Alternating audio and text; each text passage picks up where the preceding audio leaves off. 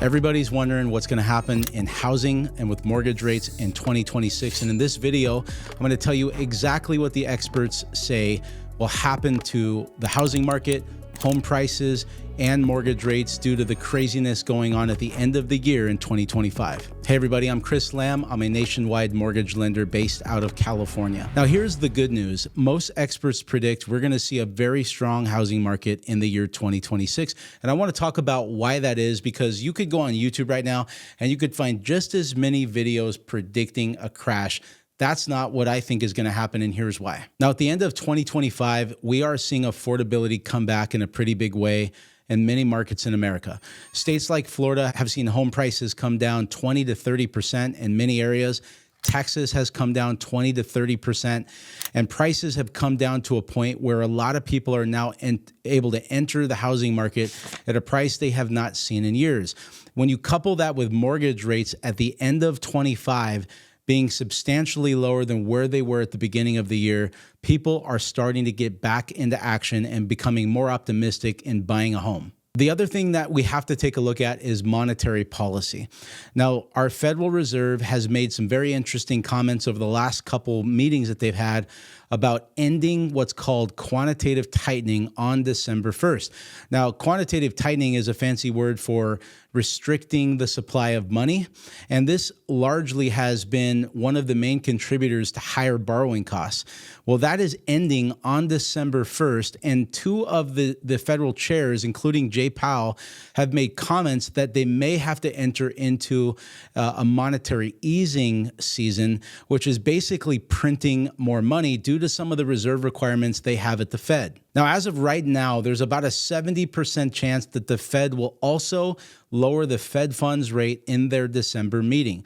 The last 3 or 4 times that they've done this, it has caused mortgage rates to go up. But going into December, it's a very interesting time because we're going to see that quantitative tightening ending on December 1st. And if they start printing money again, this is 100% going to put upward pressure on the prices of assets like real estate. Now, the Mortgage Bankers Association, the National Association of Realtors, and several other economists that we follow have predicted we will see house prices go up by 4 to 6% on average nationwide. There will be some states that number is significantly higher, and there will be some states where that's a little bit lower. But overall, the spring of 2026 is going to be a much hotter housing market than we saw in 2025. In fact, right now, at the time that I'm recording this video, some of the data that we look at to know how the market's doing, like mortgage applications, the amount of people that are out writing offers on properties, it's at one of the highest points that I can remember seeing in several years for being in the fourth quarter during the holidays. So if this is any indication of what's to come, 2026 is going to be a busy year. The other thing you've got to look at is inventory.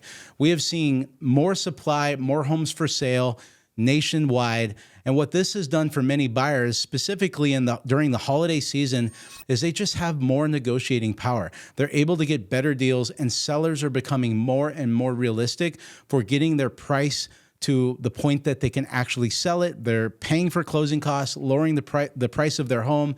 And I definitely think that we're going to continue seeing that trend through the months of January and possibly February. But when we get into the spring, it's really important that people understand that things can bounce quickly. In fact, if you were to look at any graph at home prices, or what we call the median home price, which is kind of the average sales price of homes, every single year it drops from right around the end of October till the end of February. And many people think that we're in a housing crash.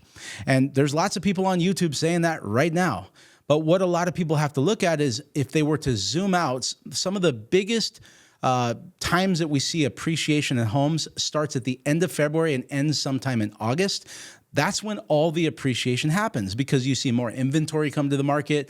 The sun's out, the grass is green, and that is the buyer season when people come out to buy homes. So 2026 right now is looking like it's going to be a much more positive year for not only buyers, but also for sellers that maybe sat on the market during the fourth quarter and were not able to sell their property. Now let's touch on mortgage rates. The average mortgage rate at the time I'm recording this video is somewhere between 6.25% and 6.3%. That depends on people's credit scores, the types of loans they're doing, paying points, etc. But this is way under what it was just 4 months ago. There were lots of people looking at rates in the 7s, and it wasn't very long ago that we touched the 8s. So when you look at the difference between where they're at today and where they were not too long ago, the average American right now is paying somewhere between $250 and $700 less in a mortgage payment than they would have paid not that long ago. And this is a really big deal. We see that rates are probably not going to move in a very volatile way over this next year. It's going to be kind of a slow trend downward. There's always going to be some ups and downs, and you never know what can happen. But most experts in the mortgage industry and the financial market industry predict that we're going to see rates around 6% for a while. And to be honest with you, that's not a bad rate. Now, if you couple that rate with higher insurance costs, if you're in a fire state or a hurricane state, and you're still in a market where a seller's trying to get 2020 prices for their home, it's definitely a lot more. But what we see overall is affordability returning, not only through rates being lower, but also sellers becoming more realistic with their price. You know, the last 10 years in the housing market has been incredibly it's just been so lucrative. You know, the days where people could go out and buy a home and sell that home 6 months later for 20% more, those days are behind us. And the housing market, it has really returned to fundamentals. But there still are great opportunities out there for people that are either a first-time buyer or for investors, and I see them every day. Now, rates and appreciation are going to be slow going forward, and that's just the reality of it. I could be wrong, but I don't think I'm going to be. I think we're going to see the type of market we've had the last couple of years get a little bit better every year for the next few years, and it's going to continue to push prices up in most areas. Some of these areas that have seen big declines in prices are already starting to stabilize. In fact, right now, if you were to go to Lennar and look at some of their homes for sale, we have some of the biggest national home builders that are selling homes to investors because they can't move their inventory.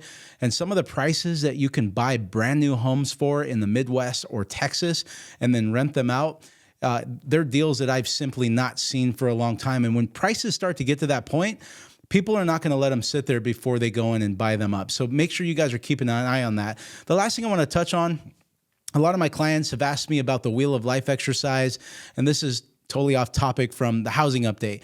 But I just wanted to put it out there. If you're getting this video and you've seen the Wheel of Life goal setting exercise that I've sent out to a lot of my clients, I just want to remind you that we are going to be sending that out. And if you're someone watching this video for the first time and you've not heard of the Wheel of Life, it's a phenomenal goal setting, strategic planning tool that we give to a lot of our clients, our business partners, friends. I even do it with my family. And I'm going to put a link in the description where you can not only go and watch the video on how to do it, but download the resources for it. So for those of you that are thinking about 2026, you want to make changes in your life, your physical health, your relationships, your finances, this has been one of the most beneficial tools I've used for about 15 years. Groups like the Tony Robbins Group and a lot of other business coaching groups that I've seen have used it. It's very effective and it's really simple to use. In fact, you can even use it with kids. So that's it for this month. If you guys ever need anything, if you have questions, drop them in the comments. Feel free to reach out to me. I'd love to jump on a call with you. And if we haven't spoken in a while, I hope you and your family have a Merry Christmas and a Happy New Year.